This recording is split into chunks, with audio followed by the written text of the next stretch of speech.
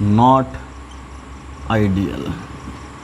इस मिक्सचर को, इस सॉल्यूशन को हम लोग आइडियल सॉल्यूशन नहीं कहेंगे। क्यों नहीं कह रहे हैं? क्योंकि जब हम लोगों ने थ्योरेटिकली कैलकुलेट करके निकाला तो वो वैल्यू एक्सपेरिमेंटल वैल्यू से मैच नहीं कर रही है। देयरफॉर दिस मिक्सचर और this solution can not be said to be ideal. So बहुत ही प्यारा सवाल था ये, ऑसम क्वेश्चन, कि आपको सब कुछ दे रखा है, ये मैंने बोला, आपको वो अल्फाज में घेर लेगा कि बताओ बेटा सॉल्यूशन आइडियल है कि नहीं है, तो आप कंफ्यूज हो जाएगा, भैया करना क्या है, सब कुछ तो दे ही रखा, ये तो निकाला ना आपने, तो ये भी तो आपको दे ही रखा। अगर आपने इसको जज नहीं किया, ज़रा से मिसअंडरस्टैंडिंग हुई तो गए आप। क्या मतलब कि आपको समझना पड़ेगा ये जो टोटल प्रेशर दे रखा है, ये कौन सा प्रेशर दे रखा है? This is the total pressure of solution experimentally observed. Clear? तो सवाल का लैंग्वेज क्या बोल रहा है, आइडियल होने का मतलब, ये चीज़ आपको पकड़ना था, इतना पकड़ लिया तो सवाल इज़ डन। क्लियर? कोई दिक्कत? चलिए तो जल्दी से इसको नोट करिए, नेक्स्ट क्वेश्चन पे आता हूँ मैं अभी फ़ौरन। चलिए तो नेक्स्ट क्वेश्चन आपके सामने, सवाल में ये कहा जा रहा है कि two liquids A and B form an ideal solution. बहुत शांति से पहले सवाल को पढ़ो, फिर समझो, फिर ट्राई करो। Two liquids A and B form an ideal solution. At 300 Kelvin temperature, the vapor pressure of a solution containing 1 mole of A and 3 mole of B is 500 mm of Hg. ठीक? At the same temperature, if 1 mole of B is further added to this solution, the vapor pressure of the solution increases by 10 mm of Hg. Now determine the vapor pressure of A and B in pure phase. Clear है? क्या मतलब है? You have to calculate PA naught and PB naught. See now, see the situation. क्या कह रहा है आपसे कि सबसे पहले क्या बोला कि दो लिक्विड लिया गया A और B और दोनों का एक सॉल्यूशन बनाया गया। ठीक है साहब? तो उसमें बोला आपसे कि 300 केल्विन टेम्परेचर पे A का आपने लिया, number of mole of A लिया 1 and number of mole of B लिया आपने 3। ठीक, इसको मिलाने के बाद एक सॉल्यूशन तैयार हो गया। तो उस सॉल्यूशन में जो पहला सॉल्यूशन बना, उस सॉल्यूशन में मोल फ्रैक्शन ऑफ A बोलेंगे तो कितना हो जाएगा बेटा? Number of moles of A 1 divided by total number of moles 4। यहाँ से मोल फ्रैक्शन ऑफ B की बात करें तो क्या बोलेंगे? 3/4। इतनी बात क्लियर है? ठीक है, पहला इंफॉर्मेशन ये ना मिला आपको। ओके चलिए, तो पहला जो सॉल्यूशन बना उसमें मोल फ्रैक्शन आपको पता है। आपसे क्या बोला कि आप निकालो PA0 और PB0। नहीं मालूम, ना PA0 मालूम है ना PB0 मालूम है। ये भी एक टाइप है, क्वेश्चन का टाइप है, समझना। ठीक है, आपके पास इक्वेशन क्या है? आपके पास इक्वेशन है P solution is equal to PA0 x plus PB0 XB। ये है। अब देखो आराम से, क्या P सॉल्यूशन दे रखा है? जब इतना मिलाया तो दे रखा, क्या ये है? क्या बोल रहा है? At 300 Kelvin, the vapor pressure of a solution containing 1 mole of A and 3 mole of B is 550 mm of Hg। Put कर दो, 550 mm बराबर PA0 नहीं मालूम है। ठीक है, put the value PA0 XA की जगह क्या पुट करोगे? 1/4 इंटू 1/4। ठीक है, प्लस PB0 नहीं मालूम है, PB0 उतार दो। XB की जगह क्या पुट करोगे? 3/4 पुट कर दिया। यहाँ से एक इक्वेशन बनता हुआ दिख रहा है आपको? क्या बन रहा है बोलो? इस 4 को सीधा इधर मल्टीप्लाई कर दें, कॉमन लेके, कोई दिक्कत? ठीक है, तो 4 से मल्टीप्लाई करोगे तो 4 0 0, 4 5 20, 4 5 20 और 2 22, 2200 बराबर यहाँ क्या आएगा बेटा? PA0 और प्लस यहाँ क्या आएगा? 3PB0। ध्यान से देख, क्या मैं इसको इक्वेशन नंबर 1 बोल सकता हूँ? This is equation number 1। बोले क्या इतना इंफॉर्मेशन क्लियर है? हमें PA0 और PB0 निकालने को बोला, हमें नहीं मालूम PA0 PB0 की वैल्यू, हमने PA0 और PB0 के फॉर्म में ही एक इक्वेशन लिख लिया। क्या किसी को कोई प्रॉब्लम नहीं है? Very good. अब क्या बोला? अब ऐसा कह रहा है कि एट द सेम टेम्परेचर, उसी कंडीशन में, if 1 mole of B is further added to this solution, ये जो सॉल्यूशन के लिए आपने कैलकुलेशन किया उसी सॉल्यूशन में बी का 1 मोल फिर से ऐड कर दिया, तो क्या आपने ए का मोल ऐड किया? नहीं। इसका मतलब ए का नंबर ऑफ मोल, नेक्स्ट दूसरे वाले सॉल्यूशन में नंबर ऑफ मोल्स ऑफ ए अभी भी कितना प्रेजेंट है? जितना पहले प्रेजेंट था 1, but now number of moles of B कितना प्रेजेंट है? बोलिए। 1 मोल ऐड किया बाहर से, पहले कितना था? 3, तो अब कितना ऐड कर दिया? 1, तो टोटल कितना हो गया? 4। ओके, चलिए, तो अब जो मोल फ्रैक्शन बना किसका? ए का, क्या मोल फ्रैक्शन ए का सेम रह जाएगा? पहले कितना है? 1/4, अब कितना है? 1/5। मैंने लिखा है इसको X prime, X A prime कितना? 1/5। What about mole fraction of B now? X B prime कितना? 4/5।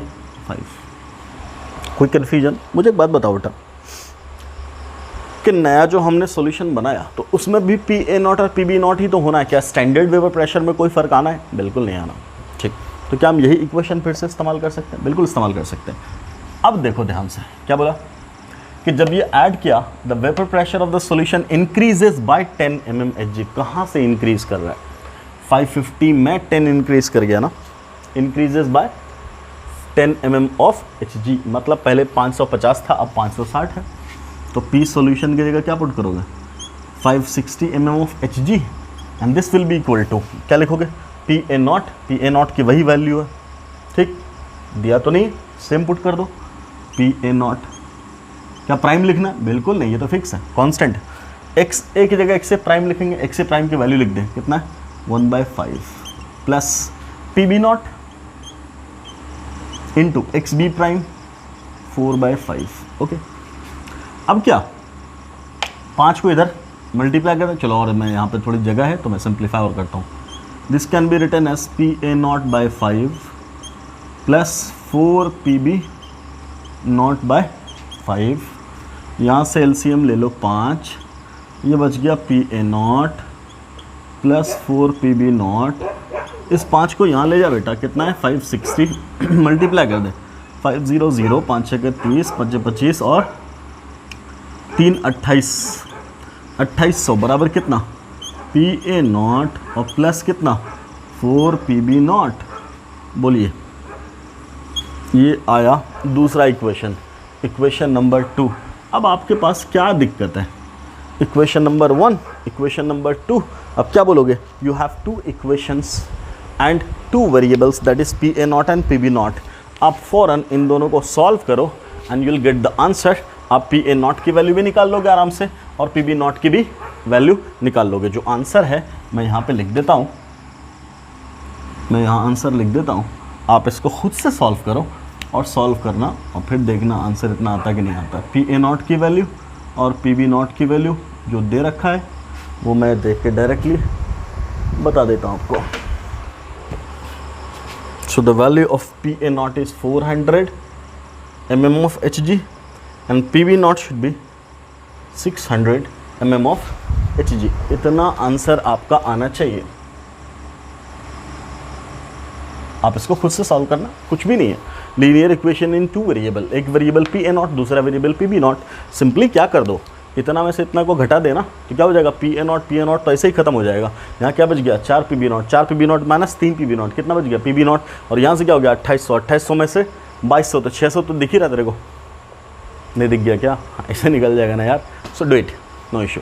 तो कहने का मतलब क्या, ये एक टाइप है, क्वेश्चन का टाइप है क्या, ये आपको अननोन बना करके दिया कि ना आपको PA0 दिया ना आपको PB0 दिया, ठीक, ना आपको PA0 दिया ना आपको PB0 दिया। उसने क्या दिया आपको? नंबर ऑफ मोल्स दे दिए, तो उससे मोल फ्रैक्शन आ गया और टोटल प्रेशर दे दिया, तो वहाँ से एक रिलेशन क्रिएट हो गया। ठीक, उसी में दूसरी बार दे दिया तो फिर दूसरा इक्वेशन बन गया। दोनों इक्वेशन को आपने सॉल्व कर दिया and you have the answer PA0 and PB0 both. Clear? So this is again A type of problem, do it. मैं नेक्स्ट क्वेश्चन आपके सामने रखता हूँ। चलिए, नेक्स्ट क्वेश्चन आपके सामने है। Question says benzene and toluene form an ideal solution if at 300 Kelvin temperature vapor pressure of pure toluene is 32.06 mm of Hg and that of pure benzene is 103.01 mm of Hg। ये दिया हुआ है आपको data, experimental data, ठीक है। Then calculate, ये दे रखा आपको टॉलिन का, ये दे रखा आपको बेंजीन का। Then calculate vapour pressure of a solution containing 0.6 mole fraction of toluene. सवाल में क्या दे रखा? मोल फ्रैक्शन ऑफ टॉलिन दे रखा 0.6, तो बोल बेटा यहीं पे mole fraction of benzene is equal to 0.4 होगा नहीं होगा? बिल्कुल होगा, दोनों का सम 1 होता है, खत्म। पी नॉट मिल गया, मोल फ्रैक्शन मिल गया, तो मुझे बताइए कि अब पी टोटल निकालने में कितना देर? तो आपसे क्या बोला है? Calculate vapour pressure of solution means P solution, क्या फॉर्मूला होता है इसका? बेंजीन तो P B naught, mole fraction benzene का प्लस टॉलिन तो P T naught, mole fraction toluene का, खत्म। रिपोर्ट करना है, पुट द वैल्यू। बेंजीन का मोल फ्रैक्शन क्या है? 0.4, सॉरी पहले वेपर प्रेशर। वेपर प्रेशर कितना है बोलिए? बेंजीन का 103.01 इंटू क्या 0.4, ठीक है सर, प्लस टॉलिन का 32.06 इंटू उसका मोल फ्रैक्शन 0.6, ऐड कर दीजिए, क्या मिल गया? 4 से मल्टीप्लाई कर दें, 4 गए 4, 4 0 0, 4 3 12, 4 0 0 1 है ना, और 4 गए 4, मिलेगा, ठीक। अब डेसिमली तो पुट कर रहा है, 2 डिजिट यहाँ, 1 डिजिट यहाँ, 1 2 3, 41.2, ठीक है, प्लस इसको मल्टीप्लाई कर, 6 के 36, 6 0 0 3, 6 2 12, 6 3 18 1 19, डेसिमल पुट करो तो क्या बोलोगे? डेसिमल में 1 डिजिट 2 डिजिट, 1 2 3, ऐड कर दो सर, ऐड कर दिया तो क्या मिला? 6 और 4 10, 3 और 1 4, और 4 0 4, 2 और 2 4, ठीक। डेसिमल यहीं आएगा, 9 और 1 10, 1 और 4 5, 5 और 1 6। सो टोटल प्रेशर की value I 60.44 mm of Hg, और यही आंसर है आपका। बोलो, इज इट करेक्ट? समझ में आ रहा है क्या दे रखा है? सिंपल यार, क्या आपको P A naught P B naught दे रखा है, मोल फ्रैक्शन 1 दे दिया, दूसरा निकाल दिया आपने, सीधा सॉल्व कर दिया, कुछ रखा है नहीं। What about next half of the question? Next half of the question is calculate the mole fraction of toluene. Mole fraction यहाँ ऑफ छूट गया। Calculate the mole fraction of toluene in vapor phase, मतलब वायु वाला निकालना है आपको। For this composition of liquid, ठीक, लिक्विड में जो composition है उसके लिए वेपर में मोल फ्रैक्शन निकालिए, ठीक है सर। तो अब आप क्या बोलोगे? वेपर वाला जो फॉर्मूला था आपका वो क्या था? 1/P टोटल या P solution is equal to क्या होता था? Y, जिसका Y लेना है, मान लो बेंजीन का लेना है तो Y of benzene divided by P nought of benzene, ठीक है, plus Y of toluene divided by P nought of toluene, ये तो फॉर्मूला था। क्लियर? आपसे क्या पूछा गया कि टॉलीन का मोल फ्रैक्शन निकालना है कहाँ? टॉलीन का मोल फ्रैक्शन निकालना है कहाँ? वेपर फेज में, ठीक। तो क्या आपको ये पता है? अभी आपने निकाला है 60.44, put the value 1/60.44 is equal to YB। क्या बेंजीन का मालूम है? नहीं मालूम है, टॉलीन पूछा गया है, ठीक है। मुझे एक बात बताओ, इन दोनों के मोल फ्रैक्शन का सम ही तो 1 होता है। Yes sir. तो क्या मैं इसी की जगह 1 minus mole fraction of toluene लिख सकता हूँ? बिल्कुल लिख सकता हूँ, divided by PB nought plus यहाँ तो मोल फ्रैक्शन ऑफ टॉलीन है ही, डिवाइडेड बाय PT नॉट। अब क्या करेंगे आप? 1 minus Y mole fraction of toluene in vapour phase divided by PB nought की वैल्यू कहाँ दे रखी है बेटा? 103.01 plus mole fraction of toluene in vapor phase divided by PT naught, where is toluene 32.06. अब मुझे बताओ इस पूरे इक्वेशन में कितना वेरिएबल बचा आपके पास, बोलो इन सब में only YT, and what is YT? Mole fraction of toluene in vapour phase, यही निकालना है। आप इसको सॉल्व कीजिएगा, जब आप सॉल्व करेंगे तो आपका ये आंसर आएगा 0.3182। This will be your answer. तो सवाल एक बार फिर से देखो क्या है, आपसे बोला कि बेंजीन और टॉलीन दोनों मिलकर के एक आइडियल सॉल्यूशन बनाते हैं, ठीक। बोला कि अगर 300 केल्विन पे ये है पी नॉट टॉलीन का, ये है पी नॉट बेंजीन का, ठीक। तब बोल रहा है कि then calculate the vapour pressure of a solution containing 0.6 mole fraction of toluene. अगर टॉलीन का मोल फ्रैक्शन 0.6 है तो इसका मतलब बेंजीन का क्या हो जाएगा बेटा, 1 माइनस 0.6 दैट इज 0.4। तो ये दोनों चीज़ मिल गई, P A naught P B naught मिल चुका, तो अब क्या कर दिया, इन दोनों को इन्वॉल्व कर दिया, तो यहाँ सॉल्यूशन तैयार। इसी चीज़ को उठा करके यहाँ पुट कर दिया और इसको तोड़ दिया किस में, बोलो मोल फ्रैक्शन का सम इज इक्वल टू 1, तो वाई बी की जगह क्या लिख सकते हैं, Y B plus Y T is equal to 1, तो Y B is equal to क्या, 1 माइनस वाई टी। ऐसा क्यों किया, बिकॉज एक वेरिएबल में ले आए, एक वेरिएबल में ले आ करके क्या हो गया, एक वेरिएबल एक equation, we can easily handle this, ठीक। तो बहुत आसानी से सवाल सॉल्व हो गया। बोलो कोई परेशानी, जल्दी जल्दी इसको नोट करो फटाफट। चलिए तो लास्ट एक और क्वेश्चन देखते हैं। ये क्वेश्चन मैं बुक से नहीं दे रहा हूँ, मैं अपनी ही तरफ से दे रहा हूँ कोई सवाल।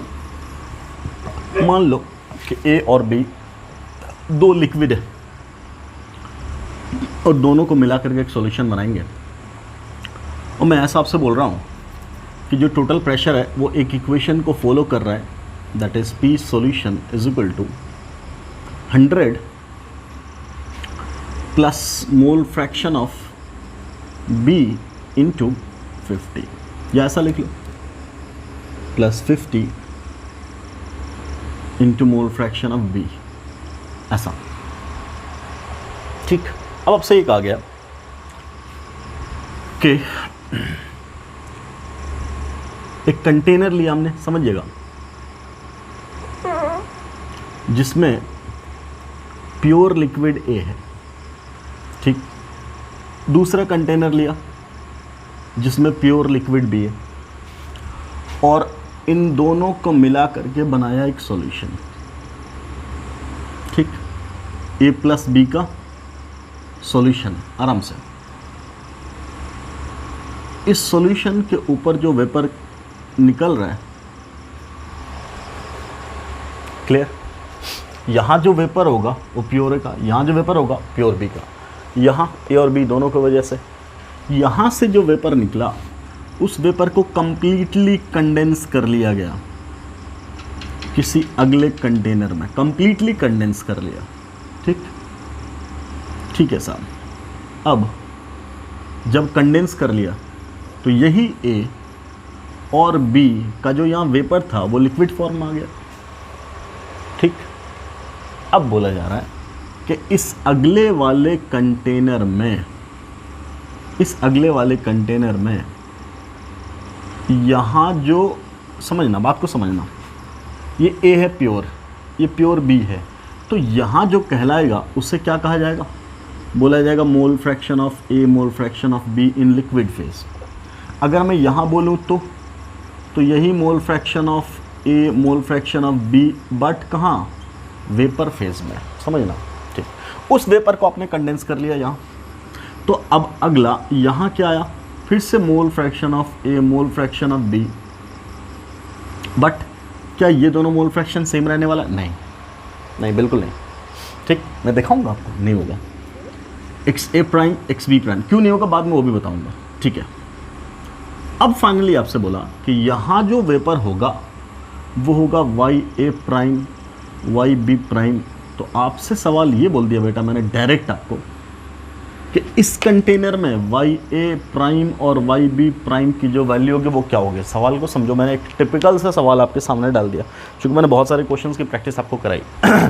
सो एक टिपिकल क्वेश्चन, मैं जानबूझ के बोल रहा हूँ आपसे कि एक टिपिकल टफ क्वेश्चन दिया मैंने, समझो। ये बोला कि लिक्विड ए है, लिक्विड बी है। थोड़ा आसान कर देते हैं इसको। तो मैं कह रहा हूँ कि इसका मैंने लिया 2 मोल और इसका लिया 3 मोल, ठीक। या चलो छोड़ो इस बात को भी छोड़ो। मैं एक और अच्छी बात आपको समझाना चाहूँगा यहाँ पे, तो इसलिए क्वेश्चन को थोड़ा और आसान कर रहा हूँ ताकि एक और पॉइंट समझाऊँगा। ये भी लिया 1 मोल, ये भी लिया 1 मोल, ठीक। दोनों का लिया क्या 1 मोल। ये बनाया सॉल्यूशन, ठीक है। तो अगर 1 mole liquid A 1 mole liquid B लेकर के एक सॉल्यूशन बनाया ए और बी का आइडियल सॉल्यूशन, वो जो लिक्विड सॉल्यूशन बना उसके वेपर जब बने, उस वेपर को कंडेंस कर दिया गया, ठंडा कर दिया गया, और फिर सेम टेम्परेचर पे, जिस टेम्परेचर पे है उसी टेम्परेचर पे इस कंटेनर को भी रखा गया। और अब इस सेकंड कंटेनर, ये बना फर्स्ट कंटेनर, समझना, दिस इज फर्स्ट कंटेनर। कौन सा कंटेनर? सॉल्यूशन वाला, फर्स्ट कंटेनर ऑफ सॉल्यूशन, ठीक, क्लियर। तो यहाँ से जो निकाला है, आराम से समझना कि यही लिक्विड तो वेपर बन के यहाँ गया ना बेटा, तो इसको ठंडा करके फिर लिक्विड बनाए ना, तो इस प्रोसेस को बोलते हैं कंडेंसेशन। यहाँ से जो ऊपर जा रहा है उसको क्या बोल रहे हैं? इवापोरेशन, ठीक। और इसको जो वापस यहाँ लाते हैं उसको क्या बोलते हैं? कंडेंसेशन। तो इनफैक्ट ये जो लिक्विड है ना, इसको कंडेंसेट बोलते हैं। क्या बोलते हैं? कंडेंसेट। पहली बार में लिक्विड बनाए तो इसको बोलते हैं फर्स्ट कंडेंसेट। यही काम अगले भी कर सकते हो तुम।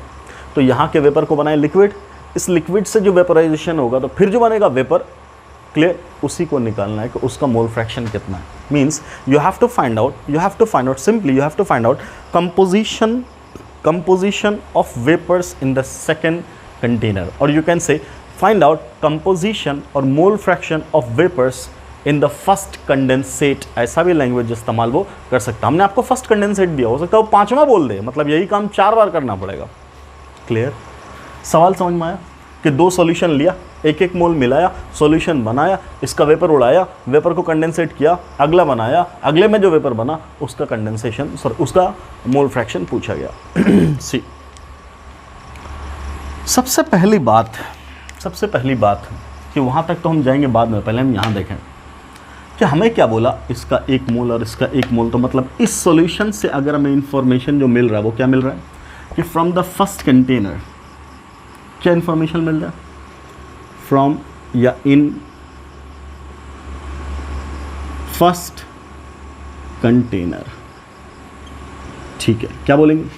नंबर ऑफ मोल ए का 1, बी का 1, मतलब mole fraction of A is equal to mole fraction of B is equal to half.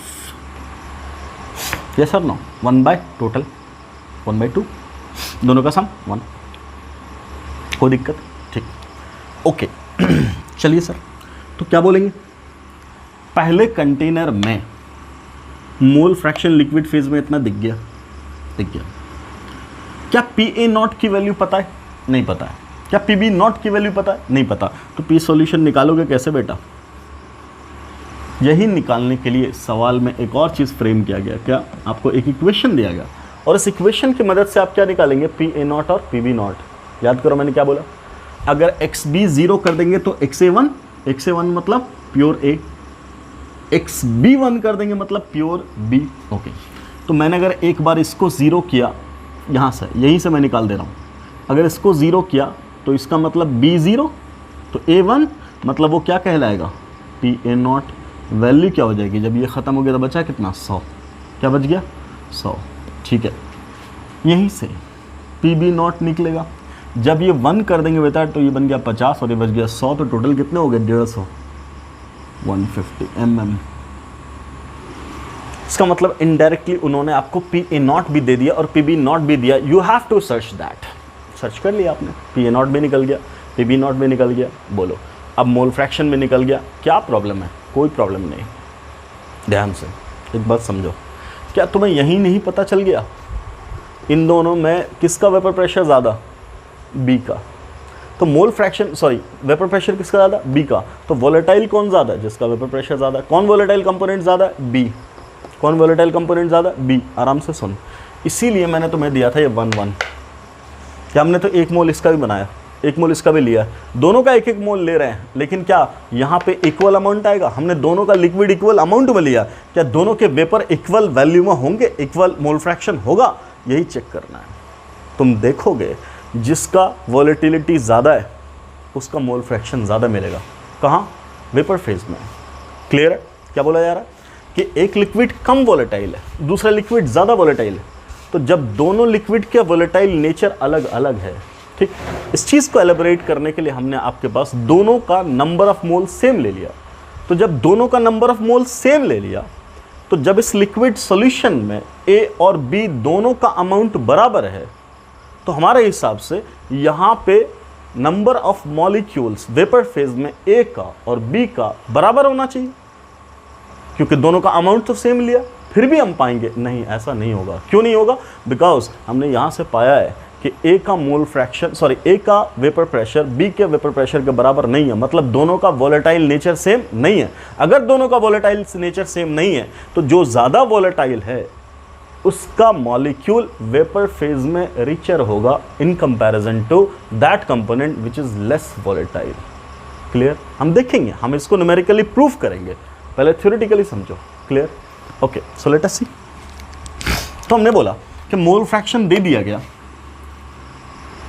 Pure form में वेपर फेज की प्योर फॉर्म में आपको वेपर प्रेशर की वैल्यू दे दी गई, तो आप क्या इस पहले कंटेनर के लिए टोटल प्रेशर की वैल्यू निकाल सकते हो?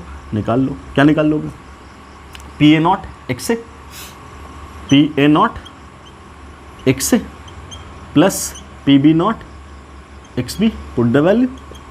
PA0 की वैल्यू क्या है? 100 इंटू XA की वैल्यू कितनी है? हाफ, तो यही लिख देता हूँ, डिवाइडेड बाई 2, प्लस PB0 की वैल्यू कितनी?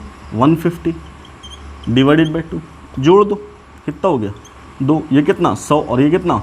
150, टोटल कितना? 250, 250 बटा 2 कितना? 125। 125 क्या आया? सॉल्यूशन का प्रेशर।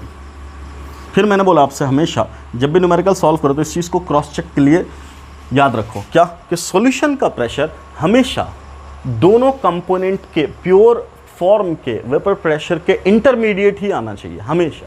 क्लियर है? तो देखो 100 और 150 के बीच में ही लाई कर रहा है कौन?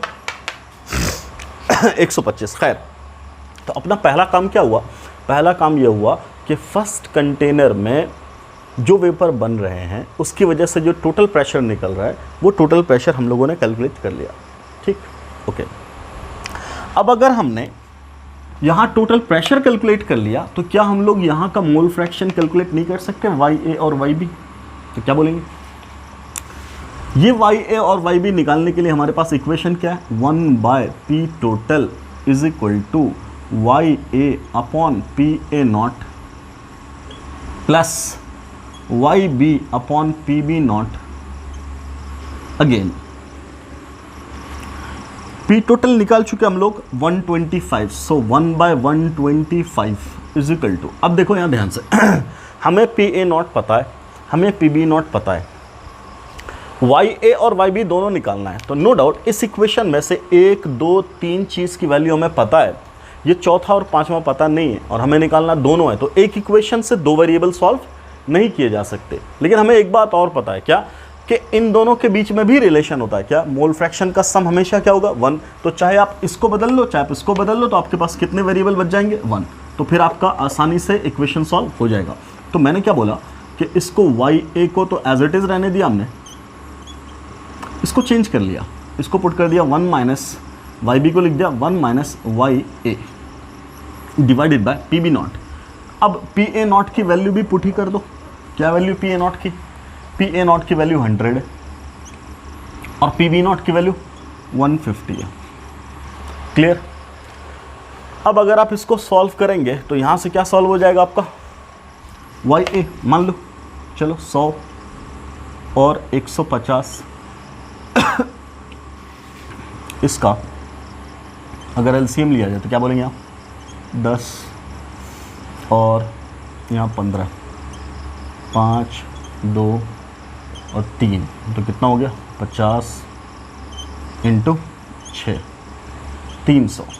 Okay, solve it. कितना हो जाएगा? 300। तो यहाँ कितना? 3YA प्लस 2 माइनस 2YA, और ये कितना? 1/125। तो तो ये 300 divided by 125 is equal to कितना 3ya minus 2ya ya plus 2। खैर इसको सॉल्व कर लेंगे, तो इसको सॉल्व करते ही क्या मिल जाएगा, ya इज इक्वल टू कितना 25 से डिवाइड कर दे तो 25 पंचे 125 और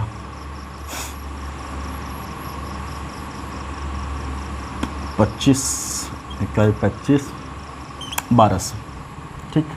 तो 12/5 माइनस 2 मतलब 12 माइनस 10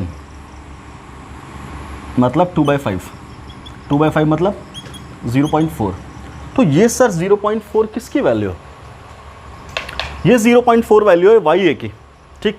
तो अगर वाई ए निकल गया तो क्या हम लोग वाई बी नहीं निकाल सकते, ठीक।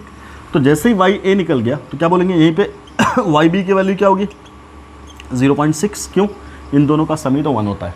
तो यहाँ से हम लोगों ने क्या कैलकुलेट कर लिया बोलो, यहाँ से क्या कैलकुलेट कर लिया, पहले कंटेनर में वेपर फेज में जो मोल फ्रैक्शन है लिक्विड ए का और लिक्विड बी का, ठीक, उसका हम लोगों ने मोल फ्रैक्शन निकाल लिया। तो क्या आया, ए का मोल फ्रैक्शन 0.4 और बी का मोल फ्रैक्शन 0.6। अब बोलो, मैंने यही बोला था अभी कि हम लोग इसको प्रूफ कर देंगे न्यूमेरिकली भी कि जिसका वेपर प्रेशर ज़्यादा है, इसका मतलब जो मोर वोलेटाइल है उसके नंबर ऑफ मॉलिक्यूल्स ज़्यादा होंगे। कहाँ, वेपर फेज में, किस में, आपके सॉल्यूशन में। तो अब देखो बी का वेपर प्रेशर ज़्यादा है 150, मतलब liquid B is more volatile, ठीक। तो उसका मोल फ्रैक्शन वेपर फेज में भी क्या आया, ज़्यादा।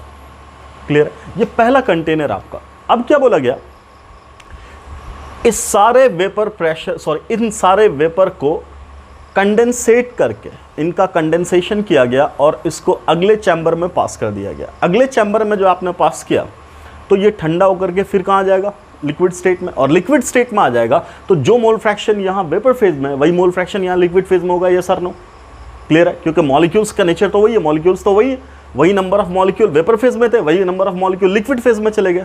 क्लियर है, ठीक।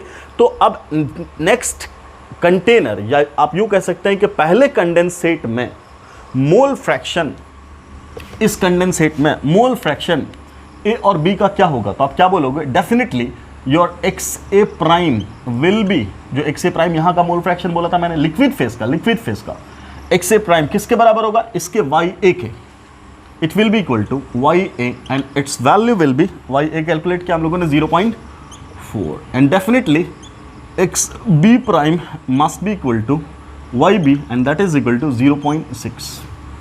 तो यहाँ तक का हम लोगों ने कैलकुलेशन कर लिया। अब आगे बढ़ो।